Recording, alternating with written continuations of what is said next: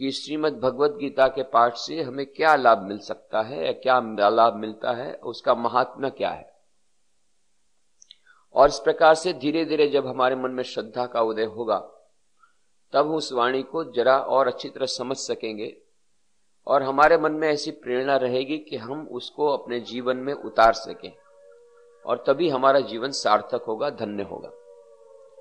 श्रीमद् भगवद गीता के प्रथम अध्याय के बारे में हमने विस्तृत चर्चा की। उसके बाद में जिसे कि नाम दिया गया था अर्जुन विषाद योग, और अर्जुन को केंद्र करके वह मानो प्रत्येक जीव का एक प्रतिनिधि है और प्रत्येक मनुष्य के जीवन में एक ऐसा अवसर आता है जब उसके जीवन में क्राइसिस आती है, जब उसके जीवन में संकट आता है, जब उसके जीवन में दुविधा उत्पन्न होती है।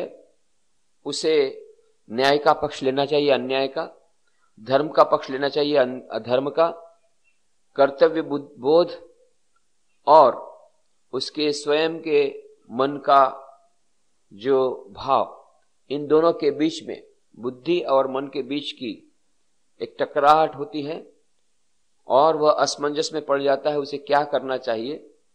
और फिर हिम्मत हार करके वह अर्जुन के समान हथियार टेक देता है और रथ के पीछे पिछले वाले हिस्से में बैठ जाता है और कहता मैं युद्ध नहीं करूंगा। जीवन भी मानो एक संग्राम है और उसमें इतने प्रकार की कठिनाइयां आती है और कभी कभी मनुष्य निराश हो जाता है, हताश हो जाता है।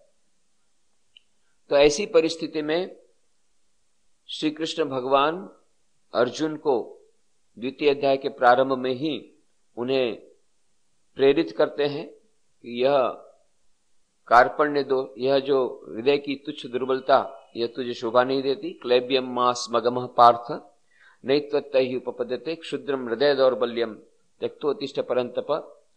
हे अर्जुन, तू खड़ा हो जा, तुझे यह हृदय की तुच्छ दुर्बलता शोभा नहीं देती। और उसके बाद में उसे भली भांति समझाते हैं कि यह जो अन्याय के विरुद्ध का युद्ध है तुझे करना पड़ेगा। और फिर अर्जुन अब तक जो श्री कृष्ण भगवान को ही समझाने का प्रयत्न कर रहा था, वह समझ गया। जब उसे इस प्रकार की उल्हाना मिली तो फिर वह स्वीकार करता है कि सचमुच में वह दुविधा में है। कार्पण्य दोषोपहत स्वभावः पृच्छामि त्वाम धर्म सम्मूढ़ चेताः यस्य श्यान निश्चितम ब्रूहि तन्मे शिष्यस्तेहम शाधि माम त्वाम प्रपन्नम।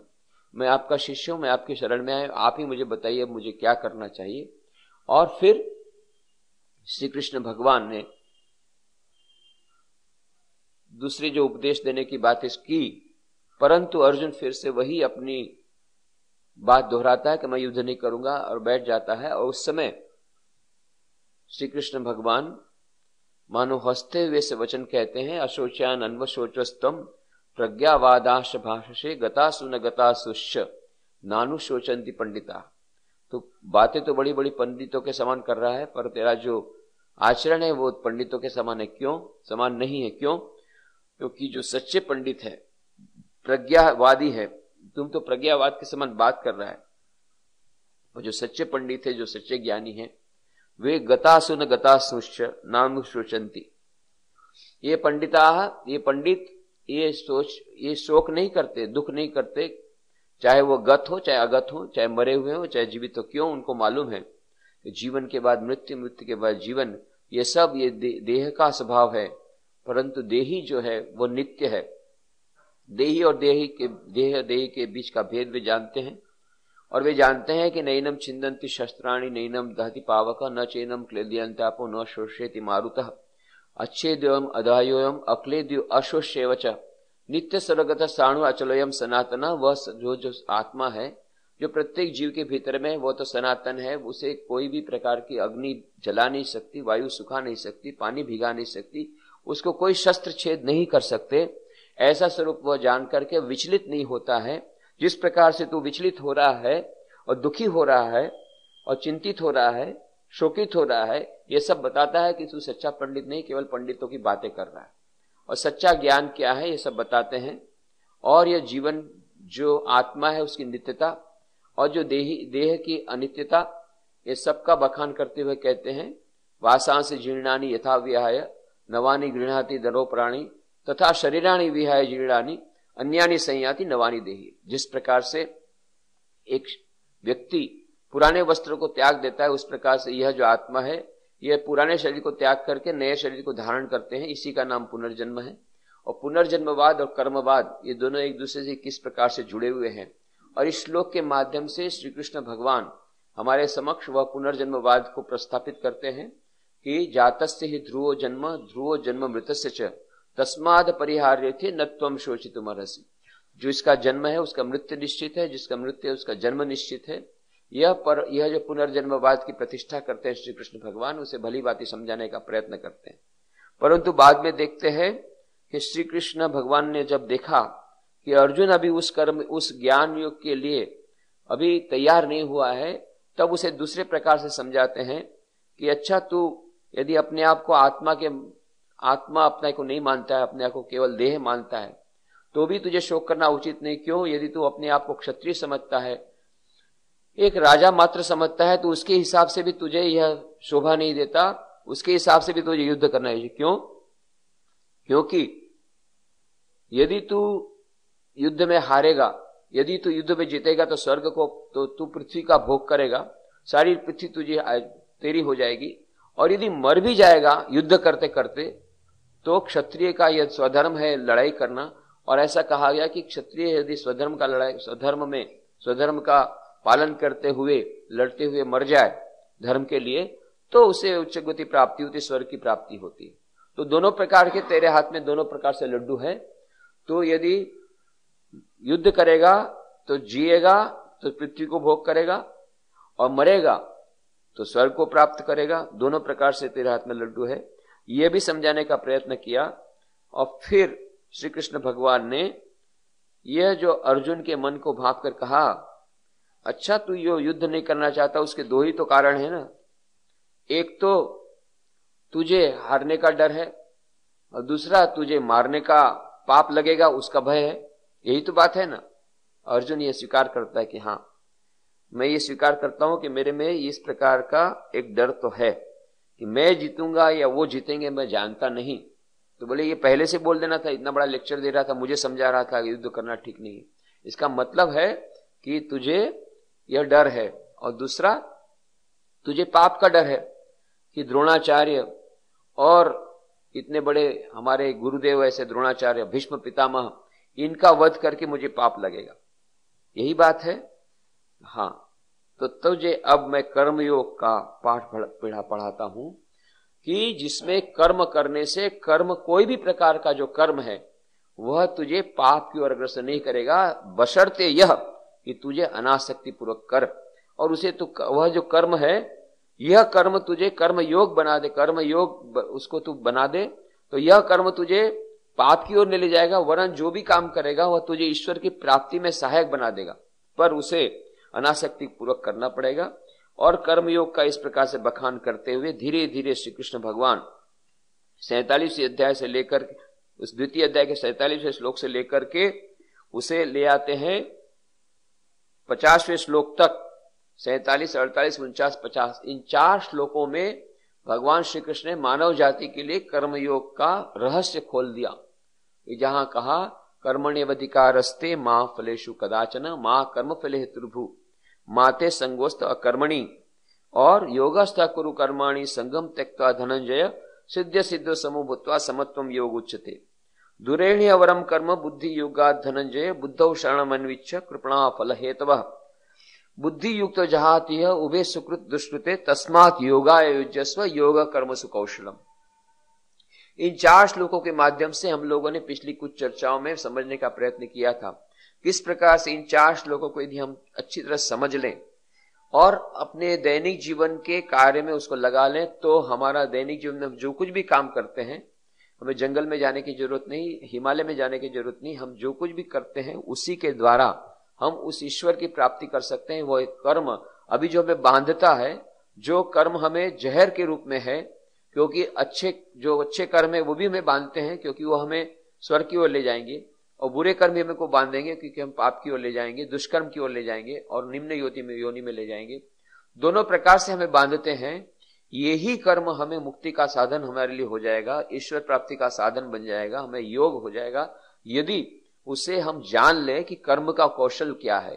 योग कर्मसु कौशलम, कर्म की कुशलता, या मधुमक्खी के छत्ते में से हम शहद तो निकालेंगे परंतु मधुमक्खी हमें काट न डाले, इस प्रकार से हम शहद निकालेंगे, तभी वो कुशलता है। तो कम से कम समय में अधिक से अधिक कार्य निकल जाए, निष्ठापूर्वक किया जाए, और क्वालिटी उसकी ऐसी रहे कि 0 डिफेक्ट, परफेक्शन, कौशलम परफेक्शन रहे, परंतु साथ साथ में अनासक्ति भी रहे, ताकि वह जो कर्म का जहर है वह हमें काट न ले। यदि ये दोनों आ गया तो समत्वम योग उच्चते, और योग कर्मसु कौशलम, ये दोनों को साथ में रखते हुए हमें लेना पड़ेगा। और हमने कहा कि यदि इसको हम इससे स्वीकार कर लें तो अद्भुत बात है कि जो कार्य आज हमें ईश्वर से विमुख करते हैं, हमें कर्म में बंधन में डालते हैं, हमें संसार के बंधन में डालते हैं, वही कर्म हमारे लिए मुक्ति का साधन बन जाएंगे, ईश्वर प्राप्ति का साधन बन जाएंगे। और इसलिए हम लोगों ने कहा था कि कर्म क्या करते हैं यह महत्व का नहीं, कैसे करते हैं यह महत्व का है। एक राजा यदि सिंहासन पर बैठ करके अनासक्ति पूर्वक कर्म करता है तो वह कर्म उसे लिए कर्म योग हो जाएगा, वह ईश्वर प्राप्ति का साधन बन जाएगा, यदि बशर्ते कि उसके भीतर में कोई भी कर्म या भोगों के प्रति आसक्ति नहीं है, वो अनासक्ति पूर्वक रहता है, अनासक्ति कार्य करता है। दूसरी ओर एक भिखारी है, उसके पास कुछ भी नहीं है, वो कोई भी भोग नहीं भोगता है, पर मन में बहुत प्रकार की आकांक्षाएं रखता है, और वह आसक्त है पूरे संसार से, संसार के भोगों से, संसार के कर्मों से आसक्त है, तो वह कर्मयोगी नहीं है और वह उस ईश्वर को प्राप्त नहीं करेगा। तो बाहर से हमें लगता है कि राजा ये तो भोगी है और ये भिखारी ये तो त्यागी है, क्योंकि उसने सब कुछ त्याग कर दिया, पर वो त्यागी नहीं है, वो मन से भोग कर रहा है। और राजा जो है बाहर से भोग कर रहा है पर अंदर से वह पूरा अनासक्त है। तो इस प्रकार से बाहर से समझना मुश्किल है, और कोई भी कार्य, निकृष्ट से निकृष्ट कार्य भी हमारे लिए उस ईश्वर प्राप्ति का साधन बन सकता है। इसके बारे में हमने कहानियां बताई। श्रीमद् भगवद गीता महाभारत का ही अंश है। उसी महाभारत में वो कहानी आती है, व्याध के बारे में हम लोगों ने चर्चा की थी। किस प्रकार से स्वामी विवेकानंद ने भी कर्मयोगी में उस कहानी का उल्लेख किया कि वो कौशिकी ब्राह्मण, वो योगी नीचे बैठा था और पेड़ के पत्ते गिरे और उसने सोचा वो पक्षी के कारण, तो गुस्सा आया और पक्षी जल करके भस्म हो गए। और फिर उसके मन में बड़ा आनंद हुआ कि मेरे इतनी शक्ति आ गई, योगिक शक्ति आ गई कि मेरे देखने से क्रोध से किसी इन क्रोधित आंखों से देखने से ही भस्म हो जाते हैं पक्षी। इस प्रकार का योगिक पावर आ गया, वह बहुत आनंदित होता है। और जब बाद में भिक्षा के लिए जाता है तो बाहर जो महिला, वो भीतर से कहती है, जोगी बाबा आप थोड़ा ठहरिए, मैं थोड़ी देर के बाद भिक्षा देती हूँ। और तब उसे बड़ा गुस्सा आता है कि इसकी इतनी धृष्टता, वो जानती नहीं कि मैं कितना बड़ा योगी हूं। और फिर से वहां अंदर से भीतर से आवाज आती है, योगी बाबा आप बहुत बड़े योगी हैं होंगे, परंतु थोड़ी देर धैर्य रखिए, मैं थोड़ी देर में आती हूं। यहाँ कोई बगुला बगुली नहीं है जो आपकी दृष्टि से जल करके भस्म हो जाएंगे। और बड़ा योगी को आश्चर्य होता है कि अरे मैंने वहां की ये घटना आज सुबह घटी और इसको कैसे पता लगा। और फिर वह स्त्री आती है तो उसके चरण में प्रणाम करते हुए कहते, भिक्षा में बाद में लूंगा, पहले ये बताइए कि आपको ये कैसे पता पड़ा ये घटना वहां घटी थी। तब उसने बताती है कि मैंने तो कोई योग साधना नहीं की है, परंतु हाँ मैंने अपने कर्तव्य का पालन किया। जो भी कार्य मैं उसको पूजा मान करके करती हूँ। अभी मैं ससुराल में हूं तो अपने पति को परमेश्वर मानकर उनकी पूजा करती हूँ, सास ससुर की भी पूजा करती हूँ, उनकी सेवा करती हूँ, काम करती हूँ, जो कुछ भी काम है निष्ठापूर्वक करती हूँ। जब मैं मायके में थी तब अपने भाई बहन की भी सेवा करती थी, माता पिता की सेवा करती थी। मैं केवल अपना कर्तव्य कर्म करती हूँ, उसके सिवा मैंने कोई योग की कोई साधना नहीं की, पर उसी के कारण मुझ में ये सब योगिक शक्तियां प्रकट हुई है। पर यदि आप योग के बारे में अधिक जानना चाहें तो उस गांव में जाइए और वहां पर एक कसाई है, वह जो व्याध है वो आपको अधिक ज्ञान देंगे। योगी को बड़ा आश्चर्य हुआ है कि एक व्याध कसाई, इससे अधिक तो खराब काम कोई नहीं कर सकता है, उसके पास मुझे ज्ञान लेने जाना चाहिए। नहीं, मैं नहीं जाऊंगा। फिर भी उसके मन ने कहा नहीं, जिस प्रकार से आज सुबह इस प्रकार का एक आश्चर्यजनक बात हमको मिली, हो सकता है कुछ मिले। और फिर वह जाता है गांव में, जैसे ही प्रवेश करता है देखता है कि दुकान में एक मोटा सा अत्यंत जो कुरूप दिखने वाला ऐसा मोटा सा एक बैठा है कसाई, और मांस के टुकड़े काट करके बेच रहा है। वो समझ गया वही कसाई है। तुरंत उसने कहा नहीं नहीं, इसके पास से मुझे कदापि ज्ञान लेना नहीं है। और जैसे ही वो जा रहे थे कौशिक मुनि, तो तुरंत वो कसाई बोलते हैं, ओ बाबा जी, आपको उस औरत ने भेजा उस गांव से, आइए आइए आइए। अरे इसको कैसे पता पड़ा? और फिर वो बताते हैं कि थोड़ी देर ठहरिए, हम लोग साथ में जाएंगे। दुकान बंद करके घर जाता है, माता पिता की सेवा करता है, और फिर उसके बाद में उनको खाना खिलाता है। बंद बोले, अब आप बोलिए किस लिए आए थे? और फिर उसमें कई प्रकार के, बहुत प्रकार के दार्शनिक प्रश्न पूछते हैं। सभी के उत्तर इतने अच्छे अच्छे उत्तर देते हैं। ये सभी उत्तर एक गीता में है। यह इस प्रकार की भगवत गीता जिस प्रकार से, उसी प्रकार महाभारत में एक और गीता है, उसका नाम है व्याध गीता। तो व्याध ने उस कौशिक ब्राह्मण को जो ज्ञान प्रदान किया वह है व्याध गीता। तो अंतिम प्रश्न पूछता है कौशिकी ब्राह्मण की, भाई ये कौशिकी मुनि, ये सब तो आपने इतने अच्छे प्रश्न उत्तर दिए, मुझे एक अंतिम प्रश्न पूछना है। इतने बड़े आप ज्ञानी हैं, अगाध ज्ञान का आपके पास भंडार है, इतना सब होते हुए भी आप इस प्रकार का निकृष्ट कार्य क्यों करते हैं? और तब कसाई ने कहा, उस व्याध ने कहा, देखो वत्स, इस संसार में कोई कार्य निकृष्ट नहीं, कोई कार्य उत्कृष्ट नहीं है। कार्य कौन सा है वह अधिक महत्व का नहीं, कार्य किस प्रकार किया जाए वही महत्व का है। निकृष्ट निकृष्ट कार्य भी अनासक्ति पूर्वक ईश्वर समर्पित बुद्धि से किया जाए तो वह कर्मयोग है, और वह कर्मयोग बन सकता है। और उत्कृष्ट से उत्कृष्ट कार्य, अच्छा से अच्छा कार्य भी यदि अहंकार से, स्वार्थ की भावना से किया जाता है, या सेल्फ पब्लिसिटी की भावना से किया जाता है, या अहंकार से किया जाता है, तो वह उत्कृष्ट से उत्कृष्ट कार्य भी ईश्वर से विमुख कर देता है। तो मुख्य बात है अनासक्ति पूर्वक कार्य करना। तो कौन सा कार्य है ये महत्व का नहीं है। तो वे व्याध गीता के माध्यम से हमने कहा कि यह श्रीमद् भगवत गीता में कर्म करने का वह हमें उपाय बताया। और हमने कहा कि यह जो इन 4 श्लोकों में हमें जो मिलता है, जो लोग ईश्वर की प्राप्ति करना चाहते हैं, उस परम सत्य को प्राप्त करना चाहते हैं, शाश्वत सुख और शाश्वत शांति चाहते हैं, उस परम पद को प्राप्त करना चाहते हैं, उनके लिए तो यह कर्मयोग अत्यंत आवश्यक है ही है। परंतु जिन लोगों को धर्म या आध्यात्मिकता से कुछ लेना देना नहीं है, वो यही समझते हैं कि इस संसार में जो कुछ भोगने लायक है वही है, इस संसार के इस जीवन में जो भोगने लायक वही है, और हमें यह देह जब तक मिला है, जब तक इस देह में प्राण है, तब तक पूरा मजा ले लो। ऐसे जो प्रखर भोगवादी हैं उनके लिए भी ये श्लोक बड़े महत्व का। क्यों? विविध सुख तो चाहते हैं, और सुख प्राप्ति का उपाय बता देते हैं कि यदि सुख प्राप्ति करना है तो हमें कर्म करना पड़ेगा, और कर्म यदि उसमें आसक्ति होगी फल के प्रति तो हमारा कर्म अच्छा नहीं होगा, कर्म में परफेक्शन नहीं आएगा। तो यदि हम कर्म का फल सचमुच में अच्छा चाहते हैं तो विडंबना यह है कि उस फल के प्रति आसक्ति को छोड़ने से सबसे अधिक फल प्राप्त होगा, और जितनी फल की आसक्ति होगी, फल की चिंता बनी रहेगी, उस टेंशन के कारण, उस फल की चिंता के कारण यह कर्म भी और भी खराब हो जाएगा। कोई 12th साइंस का स्टूडेंट हो और यदि वो बहुत ज्यादा टेंशन में आ जाए तो उसकी पढ़ाई ठीक नहीं हो पाती, और ऐसा देखा गया है कि जिसने 10th क्लास में 90% मार्क्स लिया वही 12th साइंस में फेल हो जाता है। क्यों? क्योंकि उसके पास से बहुत एक्सपेक्टेशन किया गया था, और उसी एक्सपेक्टेशन के कारण वो दिन रात उसी चिंता में था कि इस बार वह उसको टिका सकेगा कि नहीं। उसी चिंता में, पढ़ाई के बदले उस चिंता में रह गया और उसने पढ़ाई नहीं की, पढ़ाई में उसका कंसंट्रेशन नहीं हुआ, एकाग्रता नहीं आई, और इसके कारण उसे विपरीत रिजल्ट मिला। ऐसा कई बार देखा गया, हम दैनिक जीवन में भी देखते हैं कि हमारे खुद के जीवन में भी यदि हम एनालिसिस करके देखें कि जब हम कार्य करते हैं, कार्य में जब डूब जाते हैं, तल्लीन हो जाते हैं, तब हमारा कार्य उत्कृष्ट होता है। और जब कार्य के समय हम विभिन्न प्रकार की चिंताओं से और उस प्रकार उसके फल के प्रति आसक्ति की चिंताओं से जब हम घिरे रहते हैं तो हम और भी अधिक टेंशन में आ जाते हैं, हम अपना कॉन्फिडेंस भी लूज कर बैठते हैं, हम अपना आत्मविश्वास भी खो बैठते हैं, और हमारा कार्य भी ठीक नहीं होता है और विपरीत परिणाम आता है।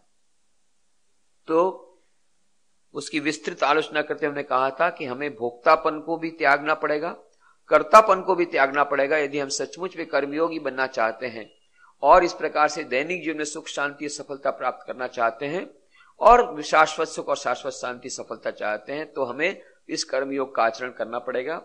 और दैनिक जीवन में भी हम देखेंगे कि वो हमें बहुत प्रकार के टेंशन से हमें बचाएगा, यहां तक कि हमें जो हमारे जीवन में जो तनाव है उससे भी हमें दूर कर देगा।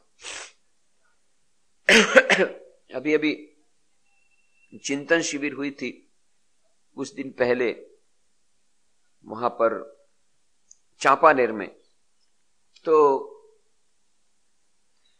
पंचमहाल जिले के कलेक्टर ने वह शिविर बुलाई थी। आजकल वो चिंतन शिविर बुलाते हैं, चिंतन शिविर का आयोजन होता है सरकार के द्वारा, यह कहा गया इसलिए, तो उसमें निमंत्रित किया गया था, तो मैं गया था।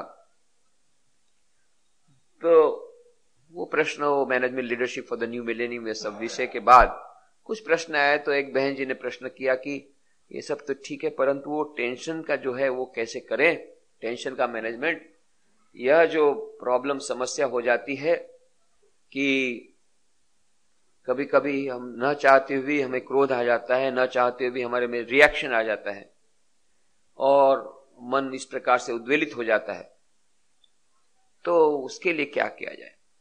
तो उसके लिए कहा गया कि यही एक वाक्य लिख लीजिए, बड़े अक्षर से दीवार पर रख लीजिए, do your best and leave the rest. अपने से सर्व जितना हो सके काम करें और बाकी का उसके ऊपर चिंता न करें। Leave the rest to God, leave the rest to destiny, leave the rest to the chance. यदि ईश्वर पर विश्वास करें तो विश्वास पर छोड़ दें, चांस पर, डेस्टिनी पर छोड़े तो वहां पर छोड़ दें। छोड़ना पड़ेगा। क्यों? कर्मणि एव अधिकारस्ते मा फलेषु कदाचन। कर्म में तेरा अधिकार है अर्जुन, फल में तेरा अधिकार कदापि नहीं है। पर यह नहीं है कि मैं निरंकुशवादी हूं, मैं निरंकुश हूं इसलिए कुछ भी किस प्रकार से मैं अन्याय करता हूं, नहीं। मेरा अपना नियम है, कर्म का एक नियम है, वो सुप्रीम कंप्यूटर में सब, सुपर कंप्यूटर में सब फिट किया गया है, पर वह फल कब मिलेगा और कितने प्रकार के, उसमें बहुत प्रकार के फैक्टर्स रहते हैं, ये मिल करके रिजल्टेंट फैक्टर क्या रहेगा। रिजल्टेंट जो कर्म है, बिलियर्ड बॉल में बहुत प्रकार की हिट देने के बाद अंत में जो बिलियर्ड बॉल जाता है वो resultant of all the various forces और वेरियस डायरेक्शंस, कौन सी डायरेक्शन में जाएगा, कितने फोर्स से जाएगा, वह बाकी सब बिलियर्ड बॉल को, उसको, उस बिलियर्ड बॉल को जितने प्रकार के स्ट्रोक मिले उसका वो रिजल्टेंट है। उसी प्रकार से हमें जो रिजल्ट मिलेगा, हमारे जीवन में जो मिलेगा, वह केवल आज हम कर्म कर रहे हैं वो नहीं, करंट अकाउंट ही नहीं, फिक्स डिपॉजिट भी साथ साथ में चलता है। तो पिछले जितने कर्म हमने किए उन सभी का हमें रिजल्ट मिलेगा, वो फल मिलेगा। इस अर्थ में उसे चाहे सुपर कंप्यूटर के रूप में रखें, उसे डेस्टिनी के रूप में रखें, उसे ईश्वर के रूप में रखें, एक ऐसा फोर्स है जिसके पास इस रिजल्ट की चाबी है। वह रिजल्ट की चाबी मेरे हाथ में नहीं है। परीक्षा क्या चाबी जो है, परीक्षा में कितने नंबर मिलेंगे वो परीक्षक के हाथ में है। आपका काम है आप अच्छे से तरह पढ़ाई करके अच्छे से परीक्षा में पेपर दे दीजिए, फिर उसके बाद में फल तो परीक्षक के हाथ में। उसी प्रकार से ईश्वर कहते हैं कर्मण्येव अधिकारस्ते मा फलेषु कदाचन। कर्म पर तेरा अधिकार है, फल पर तेरा अधिकार है अर्जुन, कदापि नहीं। इसलिए तू क्या कर, कर्म में अधिक ध्यान दे, फल पर अधिक ध्यान मत दे। फल तो तुझे मिलेगा ही, कर्म का सिद्धांत है, जैसा करोगे वैसा पाओगे, जैसा बोओगे ऐसा पाओगे, जैसा करोगे ऐसा प्राप्त करोगे। As you sow so you reap. जैसा बोओगे ऐसा मिलेगा। इमली का पेड़ बोगे इमली मिलेगी, आम का पेड़ बोगे आम मिलेगा। परंतु आज यदि इमली का पेड़, आज यदि आम का पेड़ बोया तो कल आम मिल जाएगा ऐसी कोई गारंटी नहीं है। 5 साल कम से कम लगेगा, 10 साल में तो और अच्छे मीठे फल मिलेंगे, पर आज एक ही दिन में फल नहीं मिलेंगे। हर एक कर्म का अपना अपना नियम के अनुसार उसके फल मिलते हैं, उस पकते हैं या उसका रिजल्ट मिलता है, उसका फल मिलता है। इसलिए है अर्जुन, हे जीव, श्री कृष्ण भगवान अर्जुन को केंद्र बना करके सभी जीवों को कहते हैं कर्म में तुम्हारा अधिकार है, कर्म अच्छी तरह करो और फल पर तुम्हारी आसक्ति ना हो। आसक्ति के कारण 2 काम होगा। एक तो यदि फल पर आसक्ति रही तो उसके बाद में जब रिजल्ट ठीक से अपने अनुसार नहीं मिलेगा तो फ्रस्ट्रेशन आएगा, डिप्रेशन आएगा कि हमने सोचा था ऐसा और ऐसा हो गया। तो क्यों ऐसा हुआ, डिप्रेशन आया, फ्रस्ट्रेशन आया, क्यों हम भूल गए मा फलेषु कदाचन। 2 दिन पहले हम लोगों ने 29 तारीख को एक शिविर रखी। जितने प्रिंसिपल थे ग्राम्य विस्तार के, तो हमारे यहाँ जो नया सेंटर खुला है तो बहुत सारे कार्यक्रम, उसके अंतर्गत एक कार्यक्रम ऐसा खोला गया educational activities, value education programme. तो विद्यार्थियों में इस प्रकार से मूल्य आए, उनका चरित्र निर्माण हो स्वामी विवेकानंद के संदेश के अनुसार। इस प्रकार की योजना के अंतर्गत हम लोगों ने सोचा कि यहां तो हम लोग शिविर करते हैं पर स्कूल में की जाए। तो स्कूलों में शिविर की जाए तो उन लोगों को पता तो लगना चाहिए किस प्रकार के शिविर हम करते हैं। तो उनके प्रिंसिपल्स की कॉन्फ्रेंस हम लोगों ने पिछले साल बुलाई थी। 2 कॉन्फ्रेंस हुई, इंग्लिश मीडियम के जितने स्कूल के प्रिंसिपल की एक कॉन्फ्रेंस हुई, गुजराती मीडियम के प्रिंसिपल की कॉन्फ्रेंस हुई, और जो गांव के जो ग्राम्य विस्तार के थे, रूरल एरियाज के जो प्रिंसिपल, उसको हम लोगों ने उस समय नहीं बुलाया था क्योंकि उस समय हमारे पास न तो जगह थी, न उनको लंच देना पड़ता है, दोपहर को खिलाने की व्यवस्था थी। अब व्यवस्था थोड़ी सी सुधरी है, अभी भी पूरी आदर्श व्यवस्था तो नहीं हुई है। तो हमने सोचा कि इस बार थोड़ी व्यवस्था, तो अब ग्राम्य विस्तार के ले जाए, प्रिंसिपल को बुलाया जाए और फिर उनके पास से हम लोग उनको अपनी योजना बताई जाए, और उसके अनुसार बाद में हम लोग को बाद में लाइब्रेरी के सेट, किताब लाइब्रेरी के लिए उनको किताबों के सेट भेंट प्रदान करेंगे और अपने शिविर करेंगे। और इस प्रकार से ये रामकृष्ण विवेकानंद भाव प्रचार भी होगा और चरित्र निर्माण का स्वामी विवेकानंद का संदेश भी विद्यार्थियों में जाएगा, गांव गांव में ये संदेश जाएगा। उस इरादे से हम लोगों ने यह शिविर बुलाई और उसमें प्रयत्न मैक्सिमम किया गया ताकि अधिक से अधिक सब ग्राम्य विस्तार के सभी प्रिंसिपल आ जाएं। उसके लिए उनको बुलाने पर तो वो आएंगे नहीं, क्योंकि उनको प्रॉब्लम ये होती है, समस्या होती है कि वो उस समय तो स्कूल चालू रहती, तो चालू स्कूल में आएंगे तो उनको परमिशन चाहिए। इसलिए डिस्ट्रिक्ट एजुकेशन ऑफिसर से अनुरोध किया कि आप यदि एक सर्कुलर दे दें कि लोग यहाँ पर आए तभी वो आएंगे, नहीं तो आएंगे नहीं। तो उन्होंने सर्कुलर भी दिया। वो सर्कुलर बाद में गया कि नहीं उसके लिए भी हम लोगों ने मेहनत की। उसके बाद में कितने लोग हो गया तो बाद में देखा गया गलती से ज्यादा गया, तो बाद में उसको कहा गया कि केवल ग्राम्य विस्तार को देना है। फिर वहां पर पहुंचा कि नहीं, भेज दिया तो पहुंचा कि नहीं, पोस्ट में भी गड़बड़ हो सकती है। तो कई टेलीफोन किए गए कि भाई आपको पहुंचा कि नहीं, तो कई लोगों ने कहा हम पहुंच गया है, पर उनको कंफ्यूजन था कि भाई वो टीएडीए मिलेगा कि नहीं। ये सबसे ज्यादा चिंता रहती है प्रिंसिपल लोगों को। हाँ भाई टीएडीए मिलेगा, भाई गांव से आएगा और तुमको ऑन ड्यूटी मिलेगा। ये सब सर्कुलर में ऑन ड्यूटी तो लिखा ही गया है। टीएडीए की भी बातचीत होगी, डीओ से भी बात होगी। ये प्रयत्न किए गए, बहुत जगह टेलीफोन किए गए, तो देखा गया कि भाई हम लोगों ने 50 टेलीफोन किए तो 35 लोगों ने कहा हमें सर्कुलर मिल गया और हम लोग आने वाले हैं। तो अब लोगों ने सोचा कि अच्छा मान लो 50 टेलीफोन में से 35 तो आ रहे हैं, तो फिर 300 में से तो कम 200-250 तो आ ही जाएंगे। तो हम लोगों ने 200-250 के लिए रसोई बनाने का व्यवस्था किया, उतने लोगों को खिलाने की व्यवस्था की। उतने लोगों के लिए अब ये हॉल कम पड़ता है, इसलिए पीछे में पंडाल बनाया गया, सब कुछ बनाया गया। और उसके बाद में सुबह 10 बजे का समय था, 10 बजे देखा तो कोई नहीं आया है, तो थोड़ी चिंता हुई। फिर 10:15 बजे 2-3 लोग आए, उसके बाद में फिर 10:30 बजे और 2-3 लोग आए। फिर 11:45 बजे तक में देखा कि 10 के बदले 11 बजे तक में लगभग 50 आ गए। अब क्या किया जाए? यदि शाम को 4 बजे तक वेट करें तब तक शायद हो सकता है ज्यादा आ जाए, पर तब तक तो फिर खत्म करने की बात आ जाएगी। तो जो है उसी से शुरू किया जाए। फिर उसमें कमिश्नर साहब आने वाले थे तो सीएम आ गए, तो कमिश्नर साहब आ नहीं सके।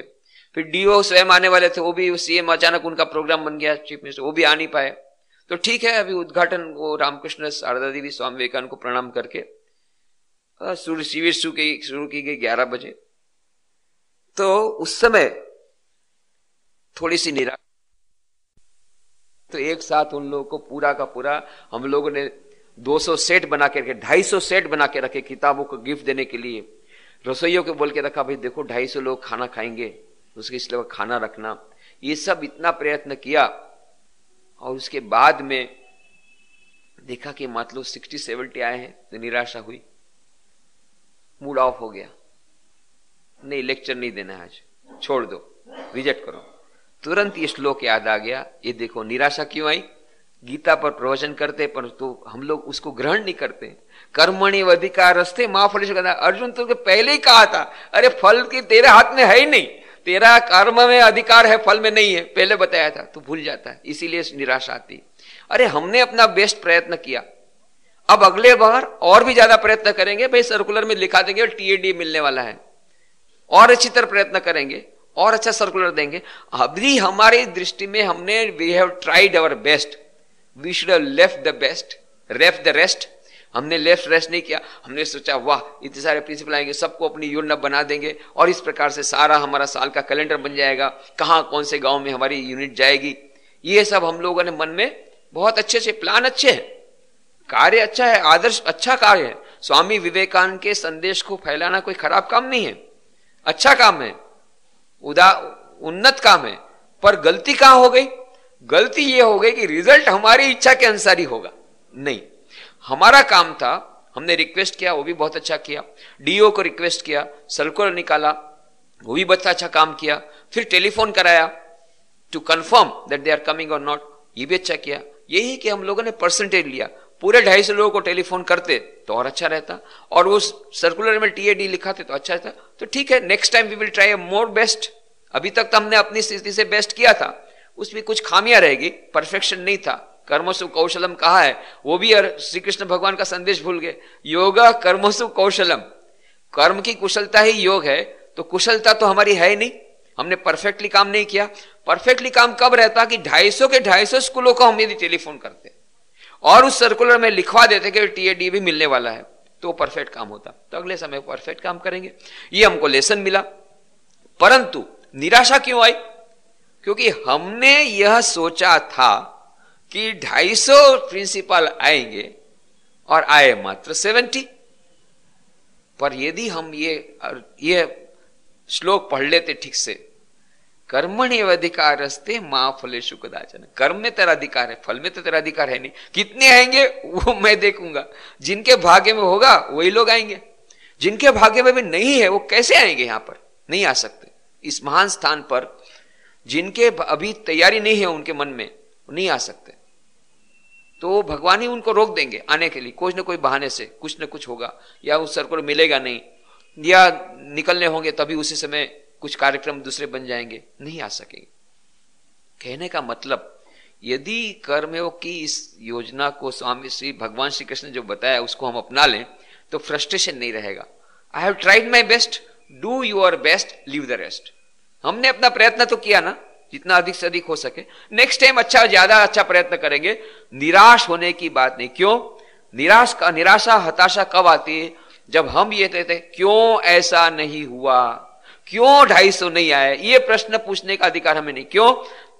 हमारा काम था 250 को बुलाना, आएंगे कि नहीं ये तो बहुत सारे फैक्टर पर डिपेंडेंट है, ये बहुत सारे फैक्टर पर। तो ये छोटा सा उदाहरण इसलिए दिया कि हमारे दैनिक जीवन में हम भूल जाते हैं श्लोक, और तब हमारे जीवन में फ्रस्ट्रेशन आता है, हमारे जीवन में निराशा आती है, हमारे जीवन में हताशा आती है। पर जैसे ये श्लोक याद आ गया, वाह ठीक है, मा फलेषु कदाचन, do your best, leave the rest.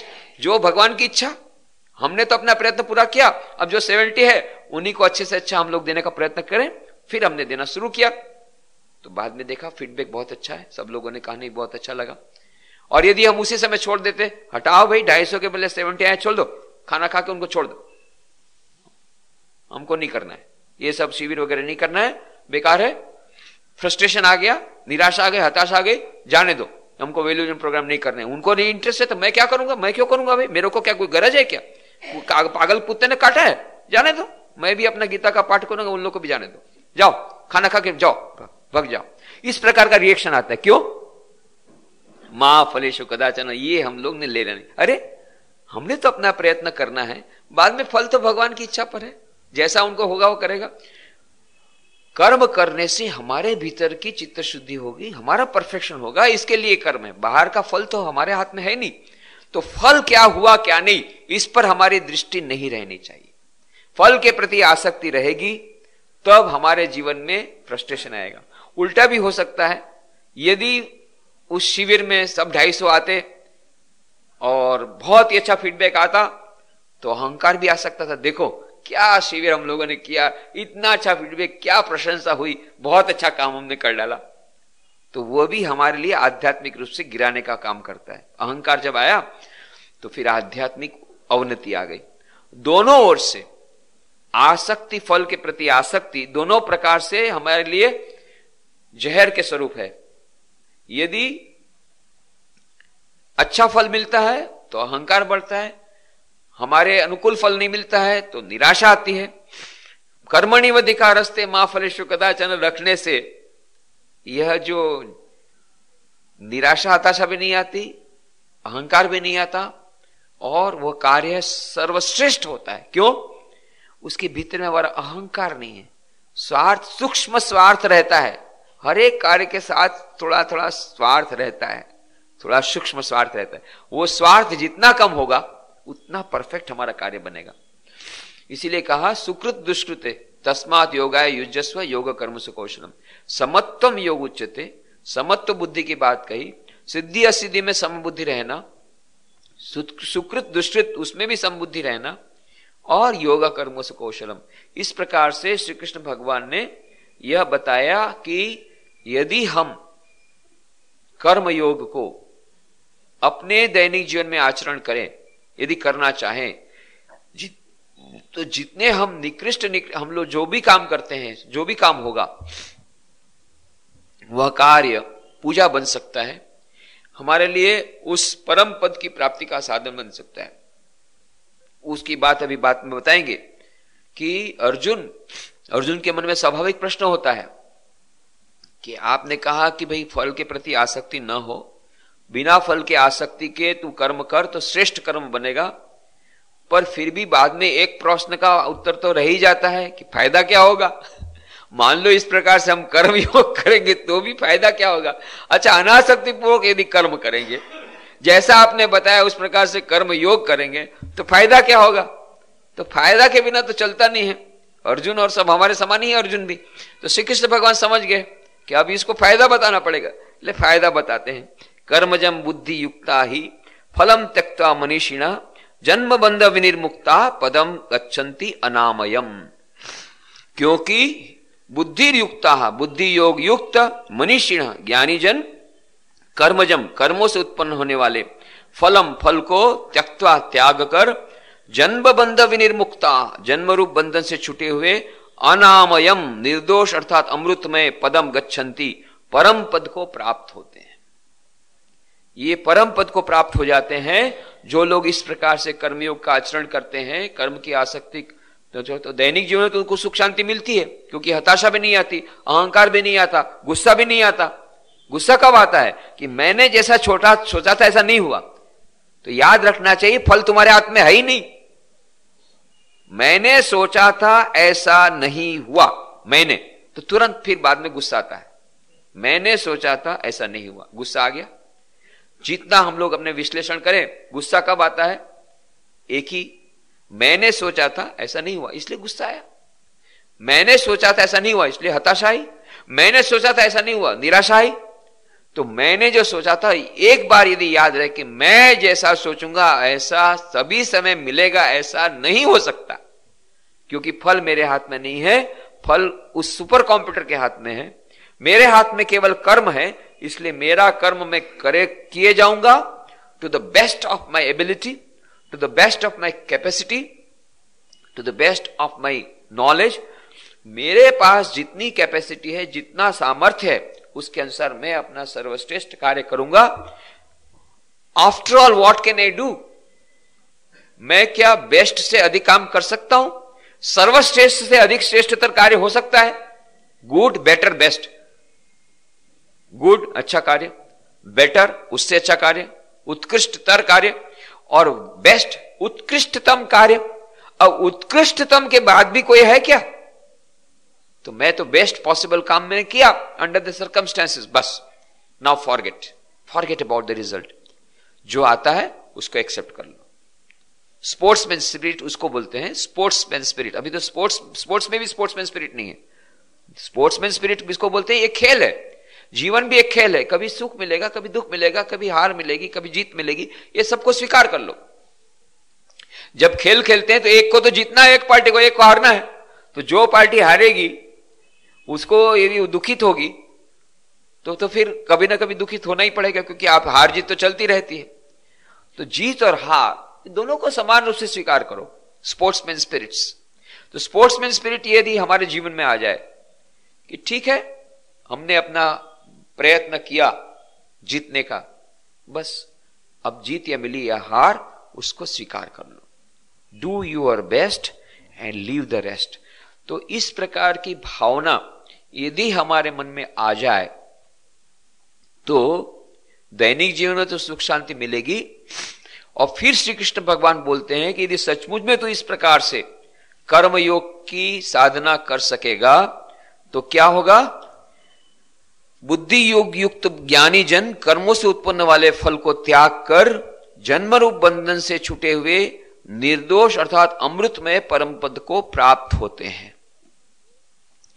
जन्म बंधन के, जन्म मरण का जो बंधन है, बहुत बड़ा बंधन है, उस बंधन से तू मुक्त हो जाएगा और उस बंधन से मुक्त होने के बाद तू उस अनामयम पद को प्राप्त करेगा। ऐसा पद प्राप्त करेगा कि जिसमें किसी भी प्रकार का कोई मैलापन नहीं है, ऐसा जो पद जिसमें किसी प्रकार का दुख नहीं है, निर्मल वह फल है, पद है। उतना ही नहीं, अनामयम, उसका नाम ये नहीं है, परंतु ऐसा पद है कि जिसमें अमृत स्वरूप वह है, जिसमें किसी प्रकार के दुख का या क्लेश का भाव नहीं है। दैनिक जीवन में हम देखते हैं कि हमें सुख तो मिलता है, परंतु सुख के बाद फिर दुख आता है, दुख के बाद फिर सुख आता है, सुख के बाद दुख आता है। ये हमारे दैनिक जीवन में हम देखते हैं। हमेशा कोई व्यक्ति सतत सुख में रहे या शांति में रहे, एक ही अवस्था में रहे, ये संभव नहीं है। क्यों? स्वामी विवेकानंद कहते हैं जो सांसारिक सुख है, हम उस सुख की बात नहीं कहते, आध्यात्मिक सुख की बात नहीं करते। जो सुख हमें मिलता है भगवान के भजन के द्वारा, भगवान के ध्यान के द्वारा, इस प्रकार के सत्संग के द्वारा, उसे हम सुख नहीं बोलते हैं, हम उसे कहते हैं ब्लिस। वह तो मानो इस प्रकार से यह आनंद है। आनंद और सुख में यही अंतर, सूक्ष्म अंतर, यही कह सकते हैं। उसको टर्मिनोलॉजी इंटरचेंजेबल है, परंतु यह जो आनंद हमें मिलता है ईश्वर के ध्यान के द्वारा, ईश्वर के चिंतन के द्वारा, इस प्रकार के सत्संग के द्वारा या ईश्वर की पूजा करने से या मंत्र जाप करने से, उस आनंद की बात हम नहीं करते। जो सुख हमें मिलता है इंद्रियों के भोग के द्वारा, वो जो कुछ भी सुख सांसारिक जिसे हम सुख कहते हैं, ये जितने सांसारिक सुख हैं, ये सभी सांसारिक सुख हमें बाद में दुख की ओर ले जाते हैं। इसीलिए स्वामी विवेकानंद ने कहा, happiness comes to a man wearing the crown of misery. मनुष्य के पास जब सुख आता है तो दुख का मुकुट पहन करके आता है, पर वो मुकुट हमको उस समय दिखता नहीं है, हमको तो सुख ही दिखता है, पर वो विदाउट मुकुट कभी नहीं आता सुख। जब भी सुख आता है वो मुकुट पहन करके आता है दुख का। ये हमें समझ लेना चाहिए। कोई भी जितने भी सांसारिक सुख है, मान लो आपको जलेबी खाना बहुत अच्छा लगता है, तो किसी आपका बर्थडे है तो किसी ने कहा कि ठीक है आज आपका बर्थडे, आज आपको जलेबी खिलाएंगे, भरपेट जलेबी खिलाएंगे। और वो 2 किलो जलेबी ले आए, और 2 किलो जलेबी खाने का 1 किलो तो आपने खा लिया, बहुत अच्छी लगी। उसके बाद में कहा भैया अभी रहने दे, अभी मेरा पेट भर गया। नहीं बोले, मैंने आज संकल्प किया है तेरे बर्थडे पर मैं 2 किलो जलेबी लाऊं, तो मैं तो तुमको खिला के छोड़ूंगा। अब वो दोस्त के साथ दोस्ती भी तोड़ नहीं सकते, बर्थडे के दिन कैसे दोस्ती तोड़े, और फिर 1.5 किलो तो कैसे भी करके खाई। उसके बाद में एक एक जलेबी दुख रूप प्रकृत होती है। जो जो जलेबी बाद में खाई जाती है, जितना सुख पहले जलेबी देती थी उतना ही दुख अब ये लास्ट जलेबी देती है। तो ये तो हम दैनिक जीवन में देखते हैं कि प्रत्येक जो सुख है वो दुख का मुकुट पहन कर आती है।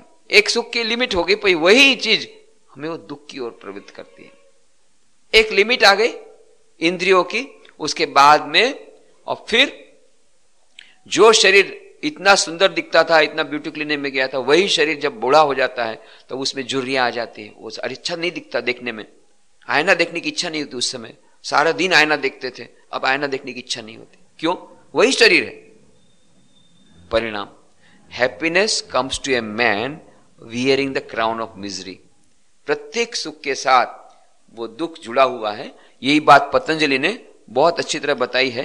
तो उसकी चर्चा, तो यह इसलिए इसकी भूमिका कई लोग कहते हैं भाई हमको जन्म बंधन के ये मुक्ति का हमको बंधन, हम तो बंधन से मुक्त होना ही नहीं चाहते, हम तो इसी में जन्म मरण में ही रहना चाहते हैं, हमको तो बहुत अच्छा लगता है संसार। तो क्यों इस संसार से परे उस अनामयम पद की, पदम गच्छन्ति अनामयम, उस अनामयम पद की बात श्री कृष्ण भगवान ने कही कि नहीं, उस पद में पहुंचकर ही शाश्वत शांति मिलेगी, शाश्वत सुख मिलेगा। और जब तक वो नहीं मिला तब तक ये जो है त्रिविध ताप, त्रिविध प्रकार के ताप, और ये ताप के साथ साथ वो ताप के संस्कार, और ये ताप के साथ के ताप के परिणाम, ये सब हमें ज्वाला करते, ज्वाला देते रहेंगे, हमें जलाते रहेंगे, हमारे जीवन को कष्टमय बना देंगे। बीच बीच में सुख आता है परंतु वह मात्र हमको अधिक दुख देने का संदेश लेकर के आता है, पर वह छिपा हुआ संदेश हम समझ नहीं सकते और हमें वह बहुत लुभावना लगता है, और इस प्रकार से हम जन्म मरण के चक्कर में जाते हैं। तो यह जो कर्म योगी है वो इस चक्कर में पड़ना नहीं चाहता, इसलिए वो फलाशा को त्याग करके, निस्वार्थ पूर्वक स्वार्थ का परायणता को त्याग करके, उस अहंकार का त्याग करके उस प्रवृत्त होता है कर्म योग में। उसे यदि, और फिर श्री कृष्ण भगवान कहते तुझे और कुछ करने की आवश्यकता नहीं, जो कुछ दैनिक कार्य कर रहा है बस सीक्रेट, उसका रहस्य जान ले, सीक्रेट ऑफ वर्क, कि यह जो कर्म का करने का यदि तुझे रहस्य मिल गया तो यह कर्म तुझे कर्म भोग, ये जो तुझे बारंबार जो तुझे कर्म जन्म मरण के चक्कर में डालता है और यही कर्म तुझे दुख की ओर ले जाता है, यही कर्म तुझे पतन की ओर ले जाता है, वही कर्म तुझे ईश्वर से योग करा देगा, बशर्ते कि तू जान ले उस कर्म करने का रहस्य क्या है। यही कर्म करने का रहस्य बताया और फिर कहा कि इस कर्म करने से अर्जुन अनामयम, वो परम पद की प्राप्ति होगी।